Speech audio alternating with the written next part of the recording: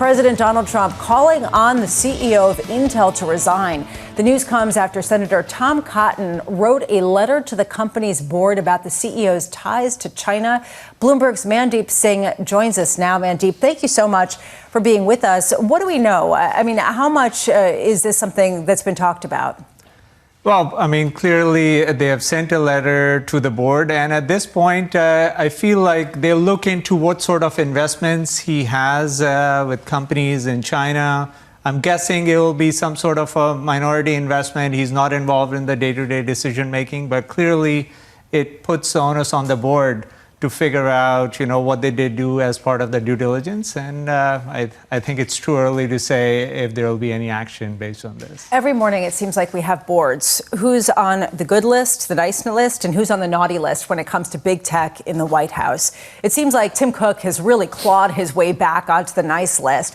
Is Intel being on the naughty list, essentially, going to have some sort of material impact to its business plan, to its effect from tariffs? I mean, when I look at, semiconductor manufacturing in the U.S., right now, Intel and Global Foundries are the two companies that are doing this at scale. And so the fact that Intel has been caught in the crosshairs, it kind of puts focus on the administration's plans to bring manufacturing home, because you have to revive Intel to really revive manufacturing, semiconductor manufacturing. And yes, Apple can talk about the CapEx plans and, multi-year investment, but even to start a fab, it's going to take 2 to 3 years. So they can start a glass assembly or, glass manufacturing maybe in 12 to 24 months.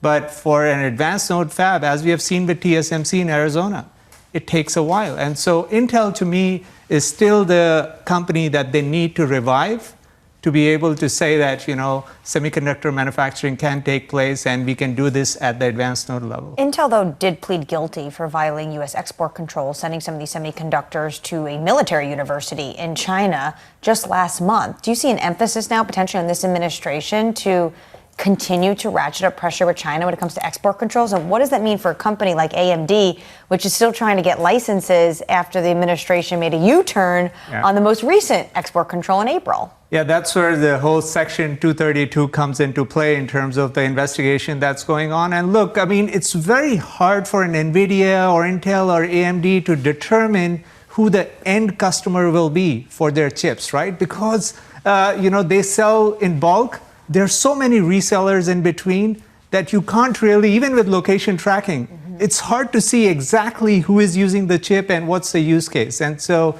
it's a hard problem to solve.